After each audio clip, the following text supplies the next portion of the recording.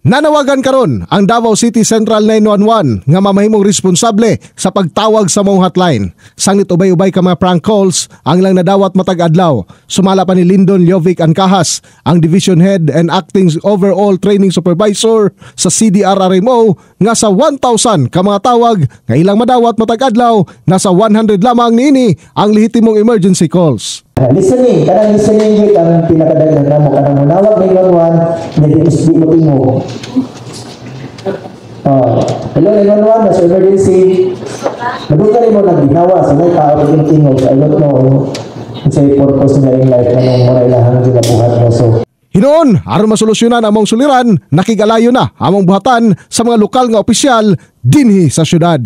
In the heart of changing lives, ako si Brigada Julius Pacot, alang sa 93.1 Brigada News FM Davao, Tam Music and News Authority.